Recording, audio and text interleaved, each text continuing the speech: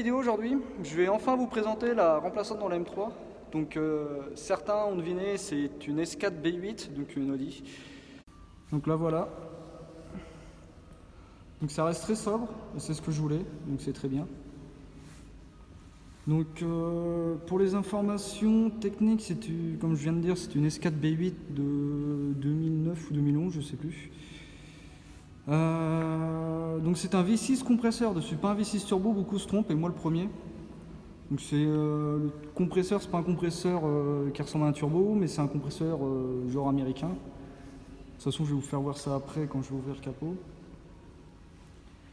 Donc dessus, l'ancien propriétaire a laissé la calandre type nid d'abeille comme sur les RS4.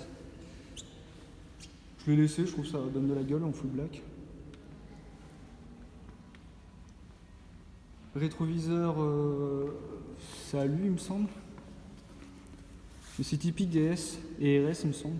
C'est comme ça que je les reconnais personnellement. Donc ça reste vraiment sobre, c'est ce que je voulais, une bagnole pour rouler tous les jours.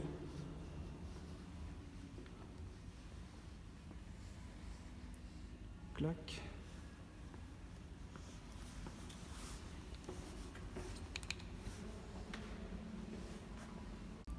Donc je reprends.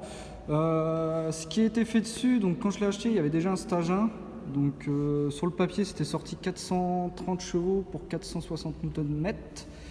Donc je l'ai passé au banc, au Manto Racing. De toute façon, il y a la vidéo. Vous cherchez un peu sur YouTube, sur ma chaîne, et vous allez trouver la vidéo. Donc elle a sorti 410 chevaux pour 470 Nm. Donc juste avec un stage 1, ça fait 90 chevaux de plus quasiment. Donc c'est vraiment énorme. Ce que moi je compte faire dessus, c'est continuer la prépa. Donc j'enlève la carto qui est actuellement pour passer en APR. Donc certains m'ont dit non, pas APR. Enfin j'ai discuté avec pas mal de propriétaires de V6T et ils m'ont dit passe pas en APR. Donc bon, après moi c'est mon choix. Et en APR, il y a moyen de sortir 530 chevaux en modifiant le compresseur et en mettant un superchargeur. Pas de carto éthanol malheureusement chez APR. Ça devrait venir je pense. Sinon, ce que moi j'ai apporté dessus, pas grand chose. J'ai juste mis une ligne Miltech Rice. Alors certains m'ont posé beaucoup de questions sur la ligne. Donc c'est une Miltech Rice. Ça suffit largement parce qu'à bas régime c'est silencieux. Quand on tape dedans, ça fait son taf. Donc la Rice, j'ai gardé les catalyseurs d'origine. Donc sortie collecteur. J'ai un intermédiaire.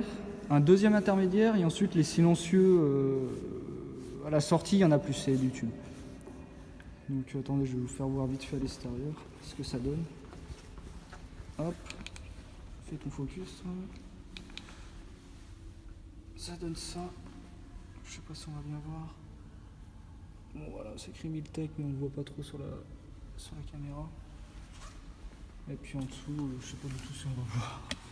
Allez, monte. Vous voyez, c'est juste du tube. Hop. Sinon, l'intérieur. Alors l'intérieur, je l'ai pris en rouge et noir. Je la voulais soit rouge et noir avec des sièges F1, il me semble, c'est type F1, que je trouve très beau d'ailleurs. Donc oui, c'était soit je prenais rouge et noir, soit je prenais la Cantara, mais la Cantara c'est une galère à trouver. Le volant, c'est pas mon délire, je l'aime pas trop, mais bon, ça change un volant. Sinon, l'intérieur, très bien fini. Je vais quand même vous faire voir le bloc moteur, donc ça se passe. Bon, là, on voit pas, parce que j'ai pas de lumière, clac.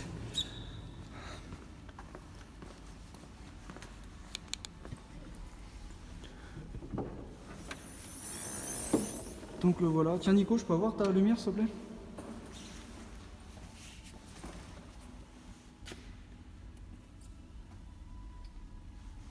Hop.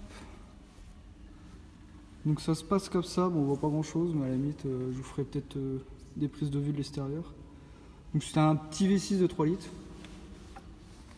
Donc là tout ce que vous voyez là c'est le compresseur, donc c'est vraiment, il prend quand même de la place. Donc ce qui a été modifié dessus, ouais, c'est la carto et ouais, juste la ligne. Et l'ancien propriétaire avait mis une grosse durite d'admission et un filtre à air BMC. Mais bon ça je vais changer, je vais passer en APR aussi. Si j'ai changé les bougies moi, Et vidange je raconte pas de conneries, c'est de la 530, j'ai mis de la motule, la 310. Sinon c'est à peu près tout.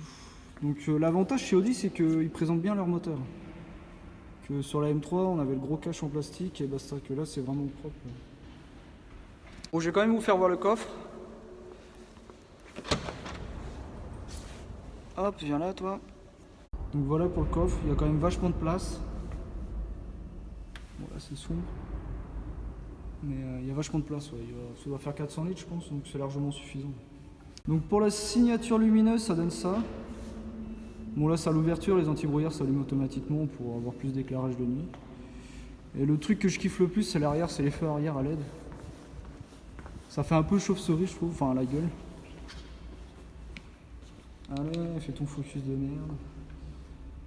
Donc voilà, je trouve vraiment l'arrière très sexy.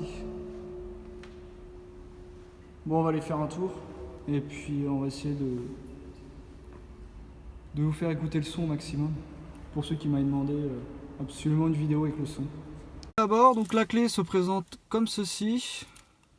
Voilà, bon elle est fatiguée celle-là, mais donc ouverture du coffre, fermeture, bah tout simple. J'ai pas le démarrage sans clé, donc la clé se met là, on appuie sur le frein. Et voilà, je vous montre le bon endroit quand même. Donc le compteur est très bien fini, j'aime beaucoup moi. Niveau d'huile, ok, ouais, c'est cool, écoute. L'intérieur se présente comme ceci. Alors je crois que ça va me casser les couilles le machin là. Donc ouais, l'intérieur se présente comme ça. Bon ça j'aime pas du tout, hein. Mais bon ça change. L'arrière, hop, il y a largement de la place. Bon il y a Blandine là. Le toit avant est vraiment sympa aussi. De toute façon on va aller faire un tour dehors, vous allez voir. Le volant, ouais j'avais dit j'aimais pas. Ça me fait penser aux vieilles A3 et il faut que je mette un volant rond là absolument. Sinon dedans on est vraiment très bien. L'intérieur est vraiment bien fini comparé au même BMW que l'époque, même pour la M3. Le GPS ça donne... hop, nav, le GPS c'est assez bien quand même. Bon il y a beaucoup de boutons, beaucoup de menus, c'est un peu chiant à naviguer. Bon là bien sûr on capte pas, donc voilà, si on zoome... il va pas zoomer si on capte pas. Ah si, c'est bon. Oui là c'est bien, sympa pour rouler la nuit. Ce que je peux dire d'autre, bah écoutez ça reste simple, hein, voilà. Les infos c'est sur... moi je m'en sers pas franchement, voilà. Car c'est tout ce qui est information de la voiture. Donc là, hop. Audi Drive, Audi Parking. Bon, il y a un peu de tout. Faut s'y faire au début, il y en a beaucoup. Ça on s'en fout. La radio, les médias, donc chargeur 6 CD, ça pareil on s'en fout. Puis téléphone, ça reste très simple. Frein de parking électrique pour ceux qui ne savaient pas. Donc pour l'enlever, vous appuyez sur le frein. Et hop, pour le remettre c'est pareil. Puis écoutez, je vais vous en faire un petit tour. Donc là pour le toit avant, si vous voulez juste l'ouvrir, montre ouvert comme ça, vous appuyez là. Si vous voulez le redescendre, vous faites juste ça. Et là on va l'ouvrir complet, donc vous tournez la molette. Donc là voilà, il va s'arrêter. Et si vous voulez encore plus l'ouvrir, vous gardez votre doigt comme ça. Et là voilà. Donc on va sortir du parking.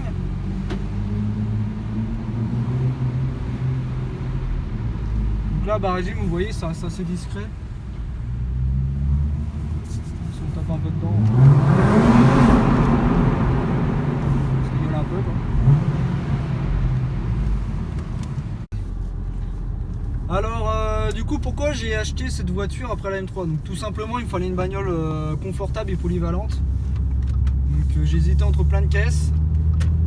Et le rapport qualité-prix c'était la S4 qui était pour moi la meilleure. Donc tu peux rouler tous les jours quasiment avec. Question consommation, je vais être à 13 litres au 100 en mix. Sinon sur autoroute tu vas taper du 9 litres, allez 10 litres. Après, question d'entretien, il n'y a pas de gros problème en fait. J'ai entendu parler de la pompe à eau qui cassait, c'était un carter en plastique. Donc là-dessus, elle a déjà été remplacée par un carter en alu. La poulie d'ampère qui qui a tendance à casser, mais bon, à la limite, je m'en fous parce que je vais passer avec un kit APR après, donc un kit renforcé. Ensuite, j'ai entendu parler des trains roulants à l'avant, mais bon, il n'y en a pas pour si cher que ça. La vidange, allez, ça coûte 130 €. La boîte de vitesse, à faire attention, je l'ai achetée parce qu'elle a été révisée justement. Sinon, c'est à peu près tout question entretien, c'est pas excessif. Donc après, ouais, pareil, les choses que j'aime pas. En fait, j'ai attendu 2 mois pour faire la vidéo pour que je m'habitue à la voiture. Donc déjà, c'est les palettes. Je sais pas, vas-y, là, fais voir. Ils sont toutes petites. Moi, j'ai l'habitude de tenir le volant à peu près ici et on va pas les toucher. Donc il y a des rajouts. Le problème, c'est que ça fait un volant après à tenir comme ça et j'aime pas du tout. Je sais pas du tout s'il y a moyen d'enlever cela pour remplacer par des plus longues. Si vous savez, dites-le moi dans les commentaires, ça m'aiderait. Après, comme j'ai déjà dit, le volant, ça vraiment, ça va pas. La boîte de vitesse, je la trouve encore trop lente. Pourtant, elle est reprogrammée.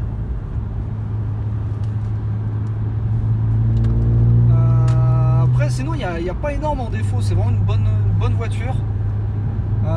J'étais en pneu neige et là, c'était vraiment une horreur pour conduire. Elle tient pas du tout la route, donc je suis passé en pilote sport 4S. Là, c'est vraiment top. On sent qu'elle est encore un peu lourde. Pourtant, pour ce genre de gabarit, elle est assez légère. Elle doit faire une tonne 6, un truc comme ça, à vide. Pour un quattro, c'est assez léger quand même. Ce que je peux dire d'autre, ce que je kiffe là-dessus, la puissance quand même, il faut le dire. Non, son intérieur aussi. L'intérieur est vraiment bien fini, on est vraiment bien dedans. Là, je suis parti en vacances, j'ai dû faire 1000 km avec. On se sent vraiment bien dedans.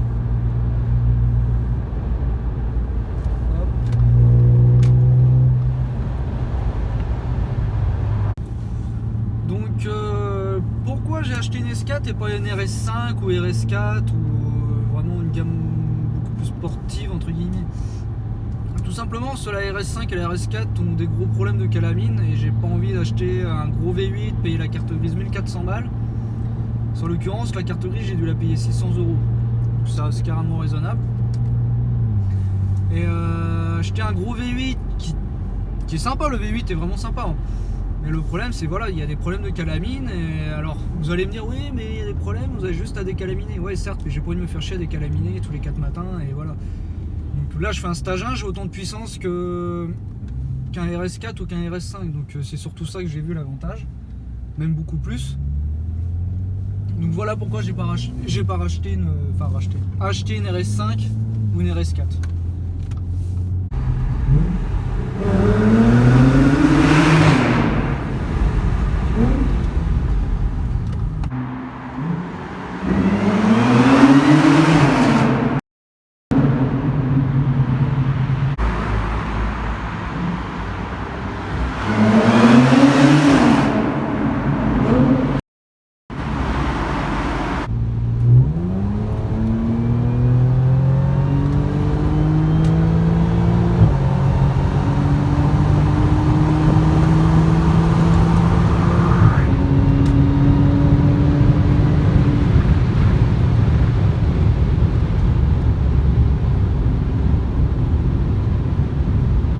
Bon, nous voilà devant le circuit Bugatti.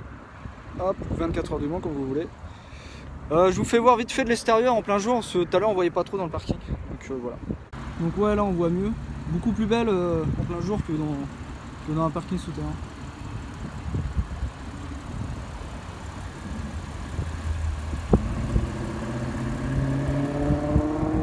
Maserati là.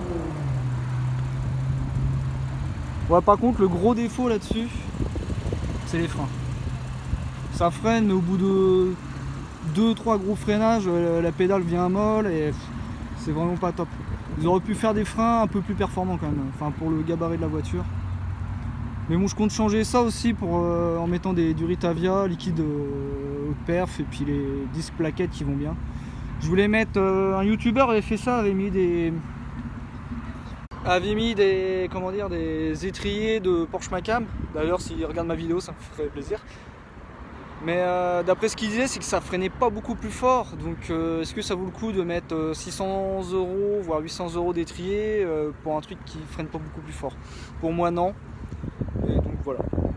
Donc l'intérieur en plein jour ça donne ça.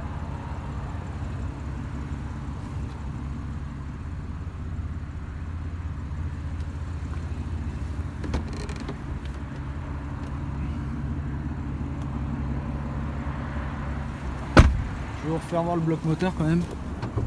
Hop.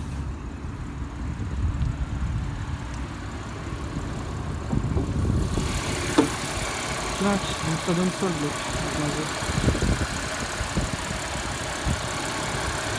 Il n'y a plus de compresseur pour jusque-là.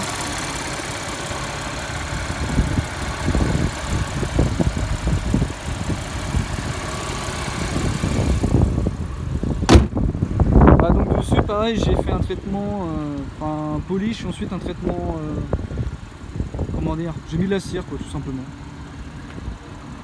Donc voilà. En tout cas si vous avez des questions n'hésitez pas à laisser un commentaire ou à m'envoyer directement sur mes comptes perso que je mettrai là juste en dessous, je mettrai mon snap. La page du RMO, ça faut pas hésiter à me contacter, de toute façon c'est moi qui gère la page donc il n'y a pas de souci.